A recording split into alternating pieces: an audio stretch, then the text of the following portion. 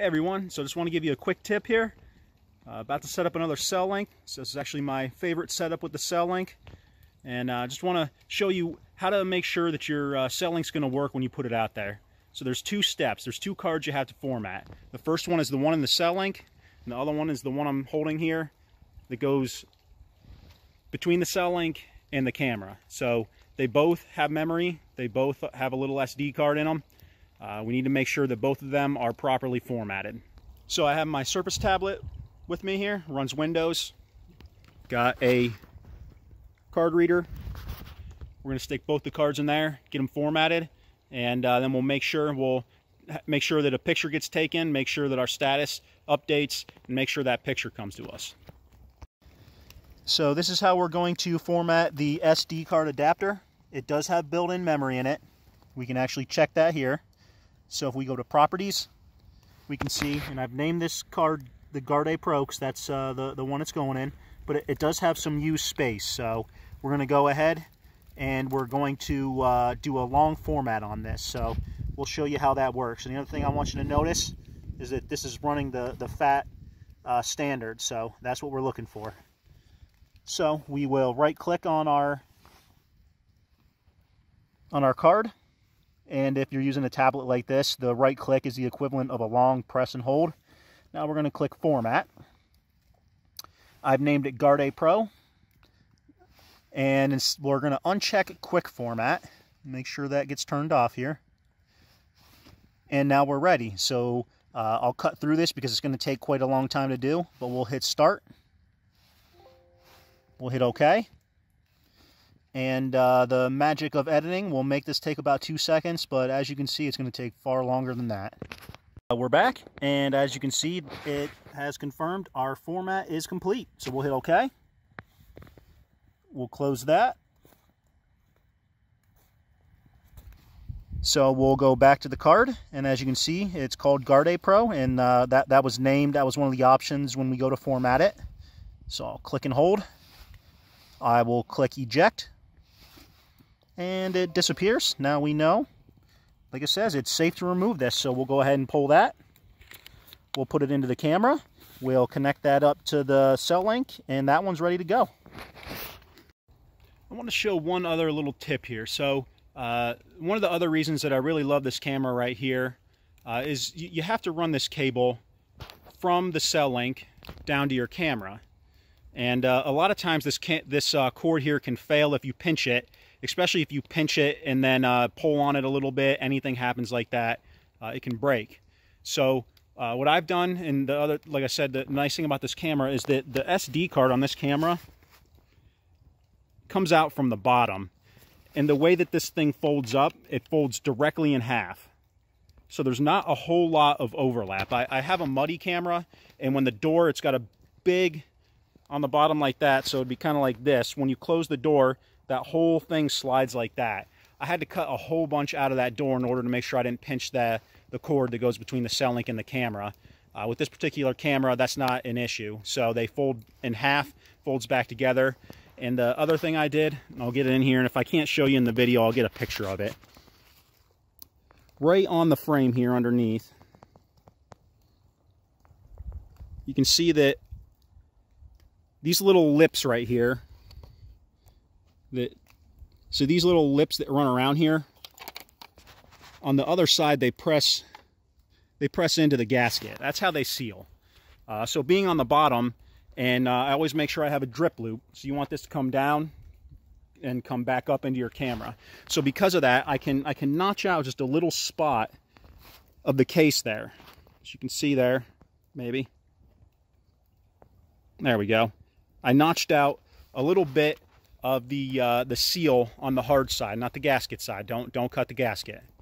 And what that lets that do is, you can see there's still with this cord just a little bit of pinch. But since I've been doing this, I haven't had any other failures of the cord. Like I said, I got those muddies. I tried to mess with it, and the very first one pinched the cord and broke it, and it just would not send a picture. Bought a new cord, stuck it in there. Everything was good to go from there forward. So yeah, but with this camera, haven't had that issue. So yeah, now let's look at the second piece that we need to format here, and that is our micro SD card. up in the cell link. So the way this works, your camera takes the picture, stores it internally on the card here. Like we said, it has 480 megabytes of storage. And then depending on how you have this set up, let's just say you have it set up to send 12 times a day.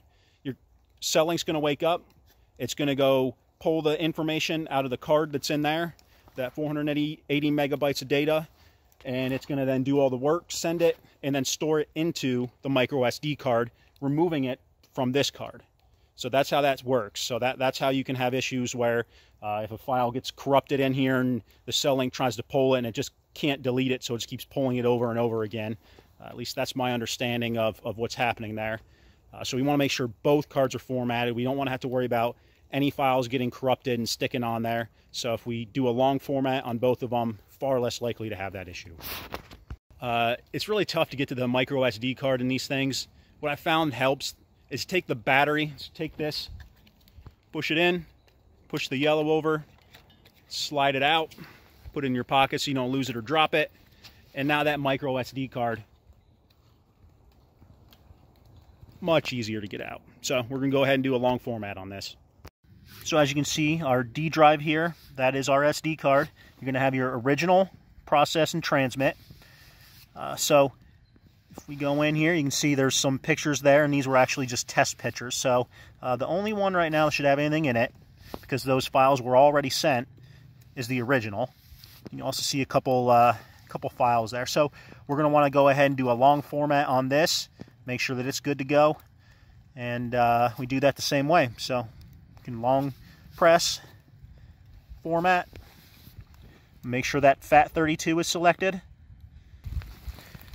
So we can give this, we can give it a name too. We'll call it the same, the Guard Pro. Get rid of that quick format again. We'll hit start, and then after this one's done, we'll put it all back together and test it out.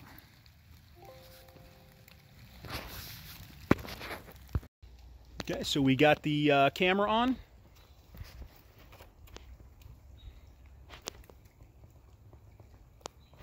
You can see there, it's identified the SD card that we put into it. I've never had a problem with these cameras. I tried it with a Moultrie, the very first one of these cell links, and it would not recognize that SD card. It just kept telling me no SD, so I haven't had that problem with this camera.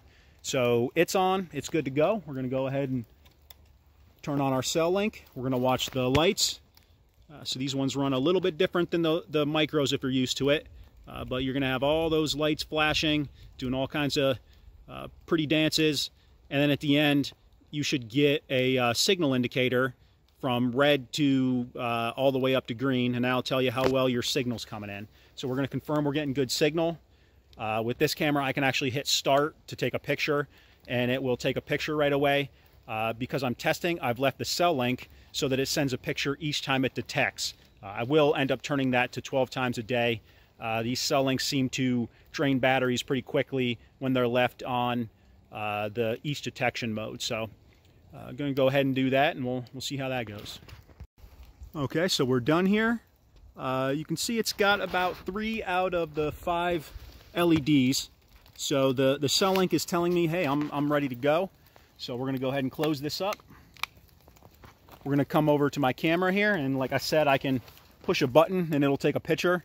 And then I'm going to go ahead and check on the app, make sure that the status time updates, and then within a minute or two I should get the picture. So I'm not going to leave the property here until I'm completely sure I'm getting pictures. So while we're waiting for that, confirm everything works, I'm just going to point out one more tip here. When you're running a trail camera, doesn't matter what type, I've seen people say, oh, you got to point them one direction or the other, and that can be true depending on your setup, but most of the time, if you take your camera and you give it an angle like this, as you can see, so let's say that we're facing straight on, and this is the cell camera. All that sky up here, it's a huge variable. One day it's going to be blue, it's not going to affect your pictures a whole lot. The next day it's going to be bright white like today when it's overcast. The camera has to try to pick up on that, and you can see if I tip it up like this, even the camera here on my cell phone that's a $1,200 cell phone, it's having trouble keeping my face well lit because of how white that background is. So now I'm going to take you and put you on the same angle as my camera. Now you can see there's no sky in the picture. there's no big variables that are going to change from one picture to the next. So you're going to get much more reliable, much more consistent pictures. So whenever possible, in this case, I have a tree that's perfect. It's actually the reason I chose it. But the other thing you can do, take a stick, shove it right down in here in the back to get a little lean on it. So, you know, take it, make sure it's pointed down just a little bit, put it up a little higher on the tree, point it down. You get rid of all those washout pictures you get, you know, especially on an overcast day like today, where you're just not getting that quality of picture that you want. Just got a picture, sent me a picture of my thumb and my hat and coat, so know we're good. I know it's working. I found a nice little trail here. It's a little thick spot. I don't know if you can see it through here or not. Yeah, right there. There's a trail that goes and it's kind of thick, so I expect this to be a good little funnel spot for the deer to run through. He's got a